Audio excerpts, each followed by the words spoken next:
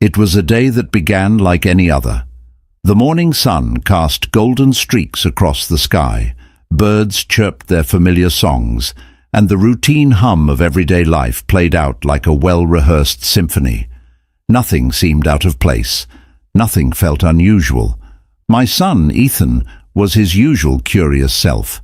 He spent the day as he always did, lost in the worlds he created with his sketches, his little fingers moving swiftly across the pages as he brought his imagination to life.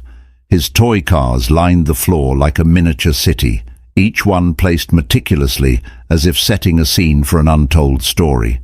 It was an ordinary day, or so I believed. As parents, we often underestimate just how perceptive our children can be.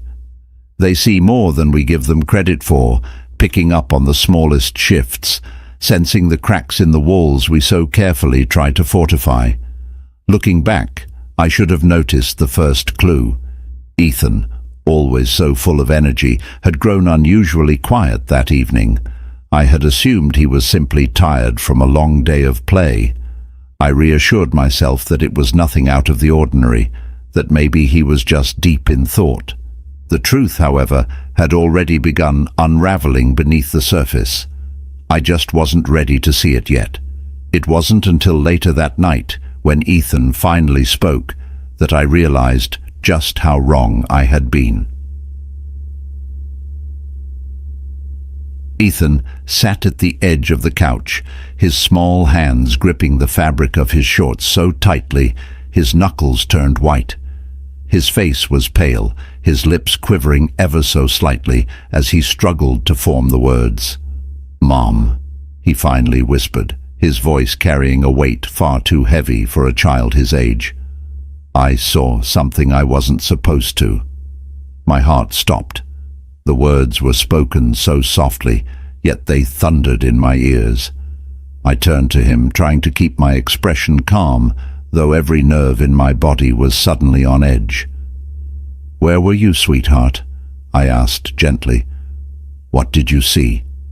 He hesitated. His wide, uncertain eyes darted toward the hallway, as if fearing something might be lurking there. And then, slowly, he began to piece the story together. He had been playing outside, chasing the last rays of the afternoon sun, when he heard voices, raised voices, coming from the garage. Curiosity, the trait that fuels every child's sense of adventure, had drawn him toward the slightly ajar door. What he described next sent a cold chill down my spine. Shadows, tense voices. And then something else. Something he couldn't quite put into words, but the way his small frame trembled as he tried was enough to make my blood run cold. Someone had been inside our home, someone we hadn't invited. That night, sleep eluded me. Every time I closed my eyes, Ethan's words played over and over again in my mind. His fragmented descriptions painted a picture that I wasn't sure I was ready to see.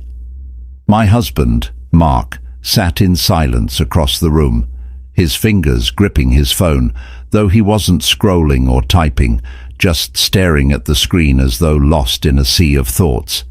I wanted to ask him what he was thinking, but something in his expression told me that whatever it was, I wasn't ready to hear it. The next morning, Ethan refused to speak about what he had seen. He avoided our questions, retreating into his room and burying himself in his drawings. But the images he created weren't like the ones he usually made. Gone were the sketches of cars and sprawling landscapes. Instead, he drew shadowy figures, their elongated forms looming in the darkness. When I asked him about them, he only said, "They're just dreams." But I knew they weren't just dreams to him. Meanwhile, Mark had grown increasingly withdrawn. He took his laptop into the study and spent hours there, his fingers moving furiously across the keyboard. When I asked what he was working on, he dismissed me with a vague, "Just some work stuff." But I had caught a glimpse of his screen once. He wasn't working. He was researching. The air in the house grew heavier with each passing day. Ethan continued to retreat into himself, his drawings growing darker, his once bright demeanor dimming like a candle flickering against the wind. Mark seemed lost in something too, his face pale, his silence louder than any words he could have spoken. Then, one evening, everything changed. Mark called me into the living room, his face drained of color. He handed me a printed article, his fingers trembling as I took it. It was about our neighborhood, more specifically, about strange occurrences in the area. People had reported sightings of figures appearing and disappearing without explanation, flickering lights, the unshakable feeling of being watched. As I read, my stomach twisted into knots, because the descriptions, the shadows, the eeriness, they matched Ethan's drawings perfectly. Before I could say anything, the lights in our house flickered. A cold draft swept through the room, sending a chill straight to my bones. And then from the doorway, Ethan appeared, his hands clutching one of his drawings tightly to his chest. "It's here," he said, his voice trembling. Mark and I froze. "What do you mean, sweetheart?" I asked, my throat suddenly dry. He didn't respond with words. Instead, his wide, fearful eyes shifted toward the backyard. Mark grabbed a flashlight, his movements sharp and urgent. We stepped outside, the night eerily silent except for the sound of our own breathing. Then we saw it. In the farthest corner of the yard, something moved. It wasn't just a shadow. It was something real, something tangible.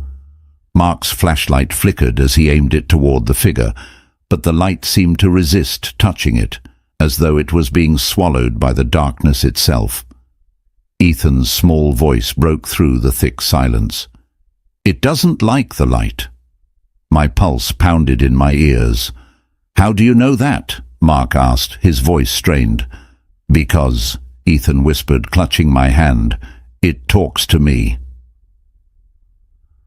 The events that followed unfolded in a blur, a race against something unseen yet all too present, a desperate attempt to understand the truth behind whatever had taken root in our home, a basement door we had left untouched for years, a box buried beneath dust and time, letters, warnings from those who had lived here before us, a truth too terrifying to ignore. And then the realization, we had to destroy it. The moment the box was engulfed in flames, the house itself seemed to exhale. The oppressive weight lifted, and for the first time in weeks, I felt like we could breathe. But as we stood there watching the embers fade, Ethan's voice shattered the fragile relief. "They said it will come back." Mark and I exchanged a look, our hands finding each other in the dim light. By morning, we were gone. Months later, in a new home far from the one that had nearly unraveled us, the past lingered like a whisper. But we had survived. Ethan, finally smiling again, said something one morning that stayed with me. "It feels lighter now." And in that moment, I knew. Sometimes, the only way to truly move forward is to let go. But even as we built our new life, I couldn't shake the feeling that somewhere in the shadows it was still watching, waiting. Months passed, and our lives slowly returned to a fragile sense of normalcy. Our new home, nestled in a quiet neighborhood, was everything the old house wasn't: bright, warm, and filled with the comforting sounds of everyday life. But even as we settled in, the past never truly left us. Ethan was different now. He no longer drew shadowy figures or spoke in hushed whispers about unseen things lurking in the dark. But there were nights when I'd find him sitting by his window, staring into the darkness as if waiting for something. When I asked what he was looking at, he would only shake his head and say, "Just making sure it's not here." Mark and I rarely spoke about that night, but the weight of it lingered between us. Some things were better left unsaid, But the question always remained, had we truly left it behind? Then, one evening as I tucked Ethan into bed, he reached under his pillow and pulled out something that made my blood run cold. It was a drawing, rough, hurried strokes of charcoal forming the unmistakable outline of our old house.